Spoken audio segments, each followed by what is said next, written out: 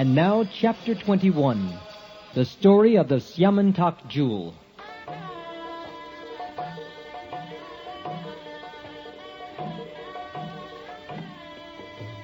There was a king of the name Satrajit within the jurisdiction of Dvaraka. He was a great devotee of the sun god, who awarded him the benediction of a jewel known as Syamantaka. Because of this Syamantaka jewel, there was a misunderstanding between King Satrajit and the Yadu dynasty. Later, the matter was settled when Satrajit voluntarily offered Krishna his daughter Satyabhama, along with the jewel Syamantaka. Not only Satyabhama, but also Jambavati, the daughter of Jambavan, was married to Krishna on account of the Syamantaka jewel. These two marriages took place before the appearance of Pradyumna, as described in the last chapter. How King Satrajit offended the Yadu dynasty, and how he later came to his senses and offered his daughter and the Syamantaka jewel to Krishna, is described as follows.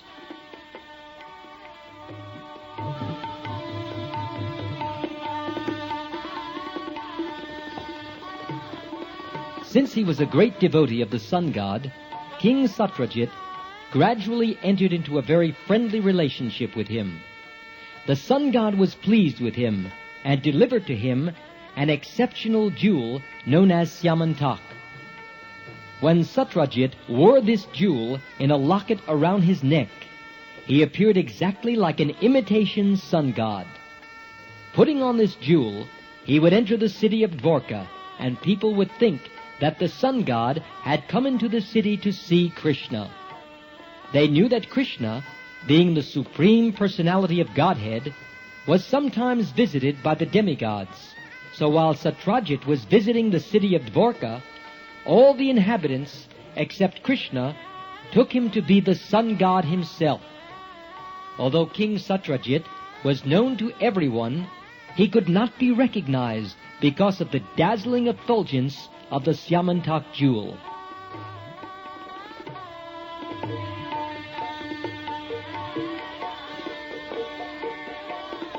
Once, mistaking Satrajit to be the sun god, some of the important citizens of Dvaraka immediately went to Krishna to inform him that the sun god had arrived to see him. At that time, Krishna was playing chess. One of the important residents of Dvaraka spoke thus: "My dear Lord Narayan, you are the supreme personality of Godhead. In your plenary portion as Narayan, or Vishnu, you have 4 hands with different symbols: the conch shell, disc, club, and lotus flower. You are actually the owner of everything. But in spite of your being the supreme personality of Godhead, Narayan, you descended in Vrindavan to act as the child of Yashoda Mata, who sometimes used to tie you up with her ropes, and you are celebrated, therefore, by the name Damodar."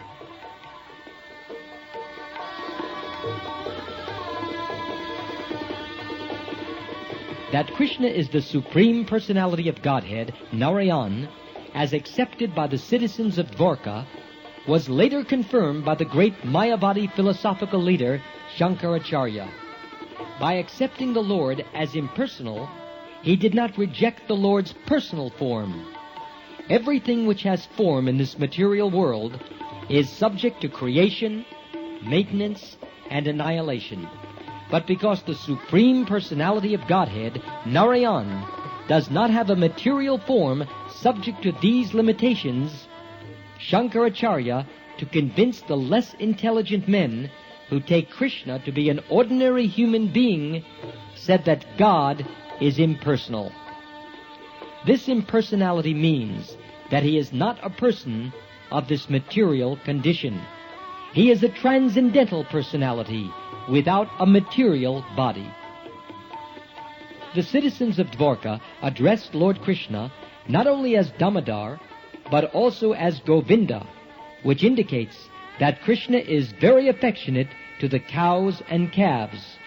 And just to refer to their intimate connection with Krishna, they addressed him as Yadunandan, because he was born the son of Vasudeva, in the Yadu dynasty. In this way, the citizens of Dvaraka concluded that they were addressing Krishna as the supreme master of the whole universe. They addressed Krishna in many different ways, proud of being citizens of Dvaraka who could see Krishna daily. When Satrajit was visiting the city of Dvaraka, the citizens felt great pride to think that although Krishna was living in Dvaraka like an ordinary human being, the demigods were coming to see him.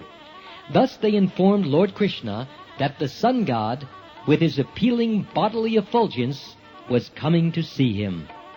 The citizens of Dvaraka confirmed that the sun god's coming into Dvaraka was not very wonderful, because people all over the universe who were searching after the Supreme Personality of Godhead knew that he had appeared in the family of the Yadu dynasty and was living in Dvaraka as one of the members of that family.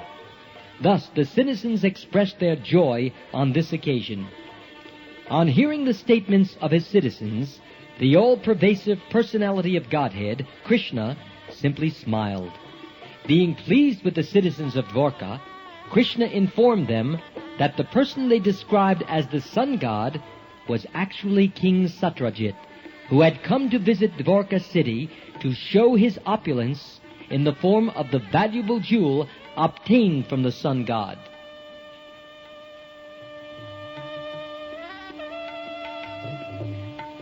Satrajit, however, did not come to see Krishna. He was instead overwhelmed by the jewel Syamantaka. He installed the jewel in a temple to be worshipped by Brahmins he engaged for this purpose. This is an example of a less intelligent person worshipping a material thing.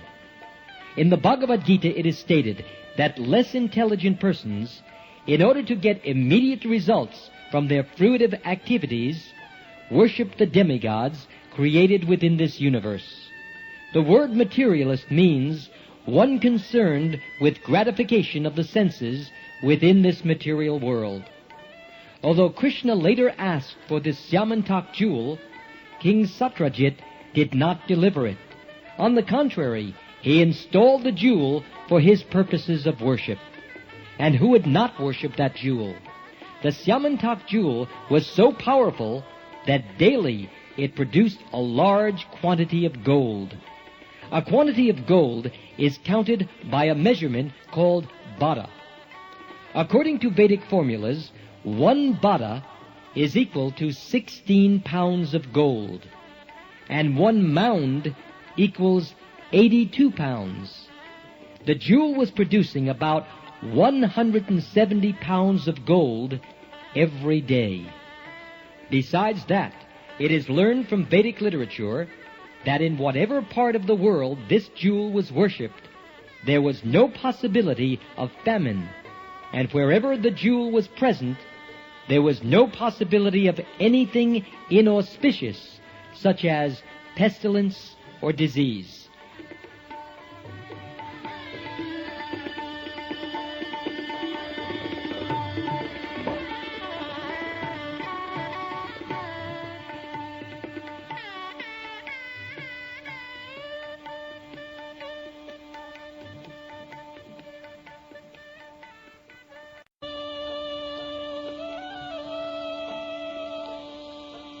Lord Krishna wanted to teach the world that the best of everything should be offered to the ruling chief of the country. King Ugrasen was the overlord of many dynasties and happened to be the grandfather of Krishna. So Krishna asked Satrajit to present the Syamantaka jewel to King Ugrasen. Krishna pleaded that the best should be offered to the king.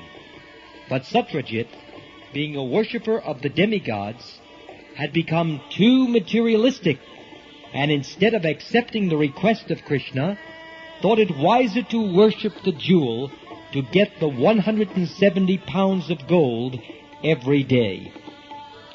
Materialistic persons who can achieve such huge quantities of gold are not interested in Krishna consciousness. Sometimes, therefore, to show special favor, Krishna takes away one's great accumulations of materialistic wealth and thus makes one a great devotee. But Satrajit refused to abide by the order of Krishna and did not deliver the jewel.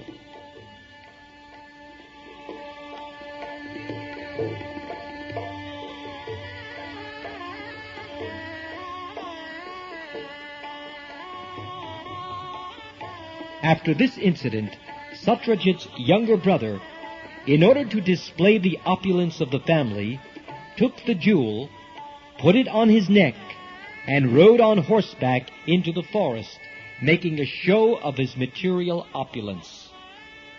While Satrajit's brother, who was known as Krsna, was moving here and there in the forest, a big lion attacked him, killing both him and the horse on which he was riding, and took away the jewel to his cave. News of this was received by the gorilla king, Jambavan, who then killed that lion in the cave and took away the jewel. Jambavan had been a great devotee of the Lord since the time of Lord Ramachandra, so he did not take the valuable jewel as something he very much needed. He gave it to his young son to play with as a toy.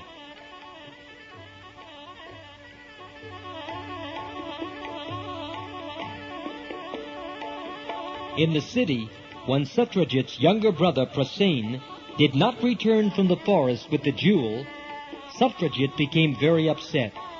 He did not know that his brother had been killed by a lion, and that the lion had been killed by Jambavan. He thought instead that because Krishna wanted that jewel, which had not been delivered to him, Krishna might have therefore taken the jewel from Krsna by force and killed him. This idea grew into a rumor, which Satrajit spread in every part of Dvaraka. The false rumor that Krishna had killed Krsna and taken away the jewel spread everywhere like wildfire. Krishna did not like to be defamed in that way, and therefore he decided that he would go to the forest and find the Syamantaka jewel. Taking with him some of the important inhabitants of Dvaraka, Krishna went to search out Krsna, the brother of Satrajit, and found him dead, killed by the lion. At the same time, Krishna also found the lion killed by Jambavan, who is generally called Riksha. It was found that the lion had been killed by the hand of Riksha without the assistance of any weapon. Krishna and the citizens of Dvaraka then found in the forest a great tunnel, said to be the path to Riksha's house. Krishna knew that the inhabitants of Dvaraka would be afraid to enter the tunnel.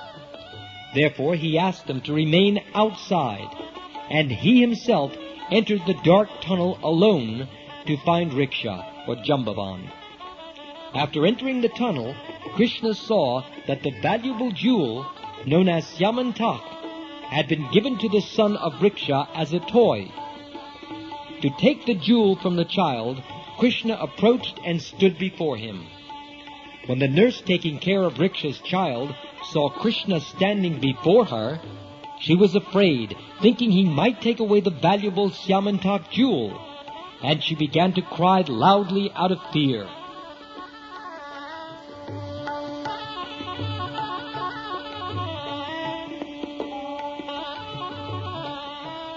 Hearing the nurse crying, Jambavan appeared on the scene in a very angry mood. Jambavan was actually a great devotee of Lord Krishna, but because he was angry, he could not recognize his master and thought him to be an ordinary man. This brings to mind the statement of the Bhagavad Gita in which the Lord advises Arjuna to get free from anger, greed, and lust in order to rise to the spiritual platform. Lust, anger, and greed run parallel in the heart and check one's progress on the spiritual path. Not recognizing his master, Jambavan first challenged him to fight. There was then a great fight between Krishna and Jambavan, in which they fought like two opposing vultures. Whenever there is an edible corpse, the vultures fight heartily over the prey. Krishna and Jambavan, first of all, began fighting with weapons, then with stones, then with big trees, then hand to hand, until at last they were hitting one another with their fists, their blows like the striking of thunderbolts. Each expected victory over the other, but the fighting continued for days, both in daytime and at night, without stopping. In this way, the fighting continued for 28 days.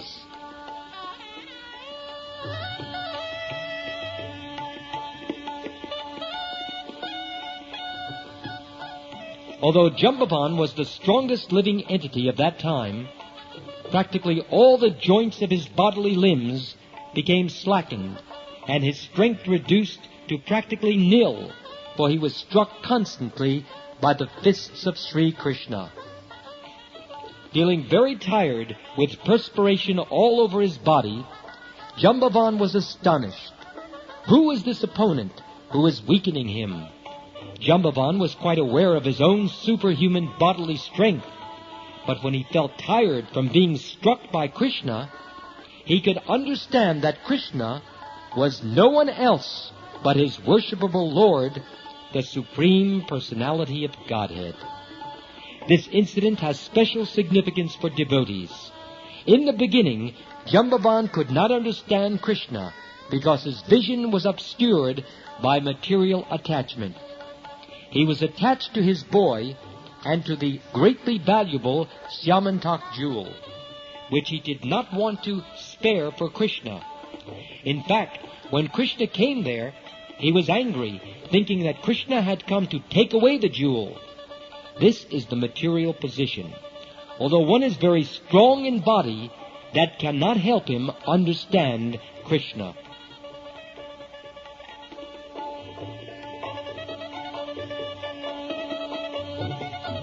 In a sporting attitude, Krishna wanted to engage in a mock fight with his devotee. As we have experienced from the pages of the Srimad Bhagavatam, the Supreme Personality of Godhead has all the propensities and instincts of a human being. Sometimes, in a sportive spirit, he wishes to fight, to make a show of bodily strength, and when he so desires, he selects one of his suitable devotees to give him that pleasure. Krishna desired this pleasure of mock fighting with Jambavan. Although Jambavan was a devotee by nature, he was without knowledge of Krishna while giving service to the Lord by his bodily strength. But as soon as Krishna was pleased by the fighting, Jambavan immediately understood that his opponent was none other than the Supreme Lord himself. The conclusion is that he could understand Krishna by his service, for Krishna is sometimes satisfied by fighting also.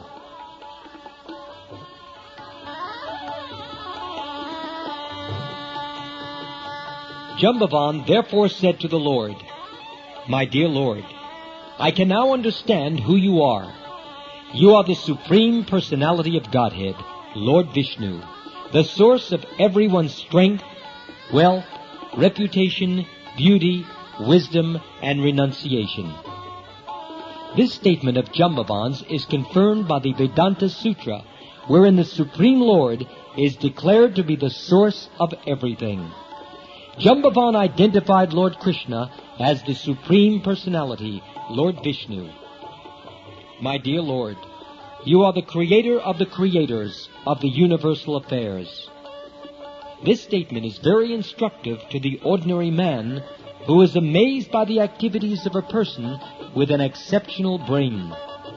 The ordinary man is surprised to see the inventions of a great scientist, but the statement of Jambavan confirms that although a scientist may be a creator of many wonderful things, Krishna is the creator of the scientist. He is the creator of not only one scientist, but of millions and trillions all over the universe. Jambavan said further, "Not only are you the creator of the creators, but you are the creator of the material elements, which the so-called creators manipulate. Scientists utilize the physical elements or laws of material nature to do something wonderful, but actually such laws and elements are also the creation of Krishna. This is actual scientific understanding. Less intelligent men do not try to understand who created the brain of the scientist. They are satisfied simply to see the wonderful creation or invention of the scientist.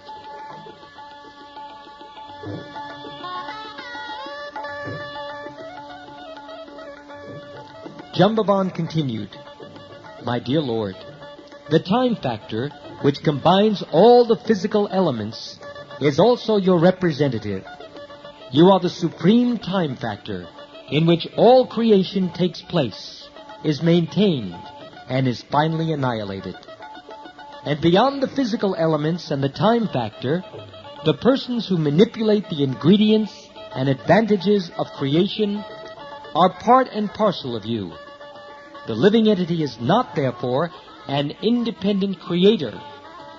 By studying all factors in the right perspective, one can see that you are the supreme controller and Lord of everything. My dear Lord, I can therefore understand that you are the same supreme personality of Godhead, whom I worship as Lord Ramachandra.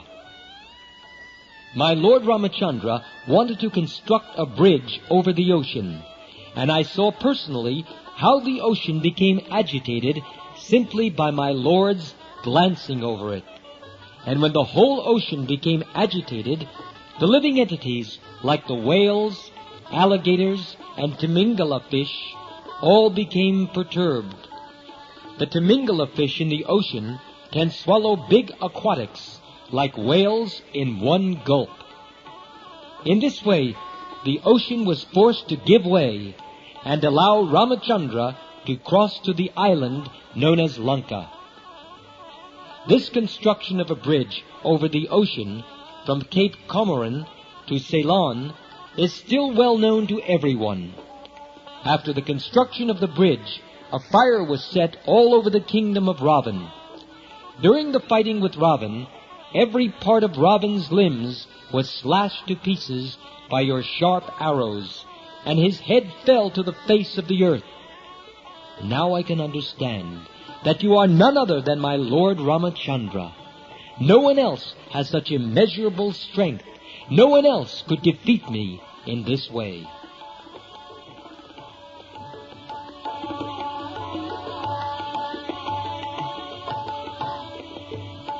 Lord Krishna was satisfied by the prayers and statements of Jambavan, and to mitigate Jambavan's pain, he began to stroke the lotus palm of his hand all over Jambavan's body.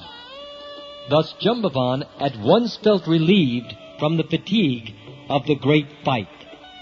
Lord Krishna then addressed him as King Jambavan, because he, and not the lion, was actually the king of the forest, having killed the lion with his naked hand without a weapon. Krishna informed Jambavan that he had come to ask for the Syamantaka jewel, because since the Syamantaka jewel had been stolen, his name had been defamed by the less intelligent. Krishna plainly informed him that he had come there to ask for the jewel in order to be free from this defamation. Jambavan understood the whole situation, and to satisfy the Lord, he immediately delivered not only the Syamantaka jewel, but also his daughter Jambavati, who was of marriageable age, and presented her to Lord Krishna.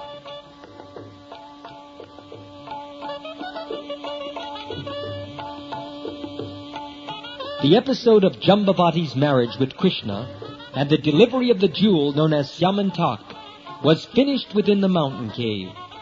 Although the fighting between Krishna and Jambavan went on for 28 days, the inhabitants of Dvaraka waited outside the tunnel for 12 days, and after that they decided that something undesirable must have happened.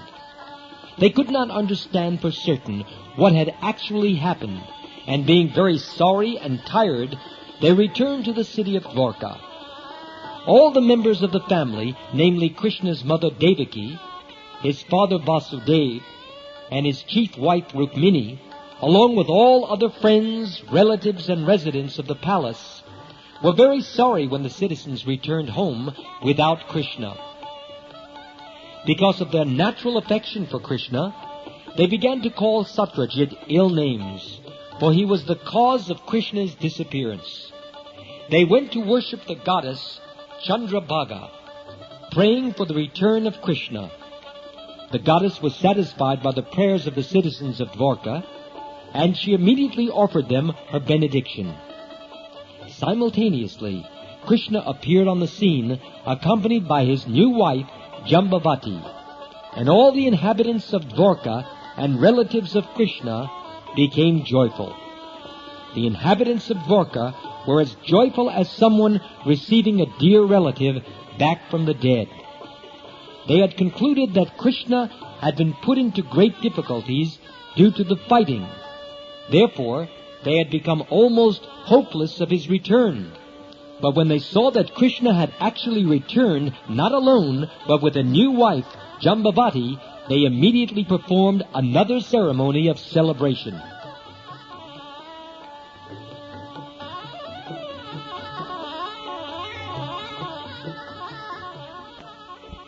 King Ugrasen then called for a meeting of all important kings and chiefs. He also invited Satrajit, and Krishna explained before the whole assembly the incident of the recovery of the jewel from Jambavan. Krishna wanted to return the valuable jewel to King Satrajit. Satrajit, however, was ashamed because he had unnecessarily defamed Krishna. He accepted the jewel in his hand, but he remained silent, bending his head downwards. And without saying anything in the assembly of the kings and chiefs, he returned home with the jewel. Then he thought about how he could clear himself of the abominable act he had performed by defaming Krishna. He was conscious that he had offended Krishna very grievously, and that he had to find a remedial measure so that Krishna would again be pleased with him.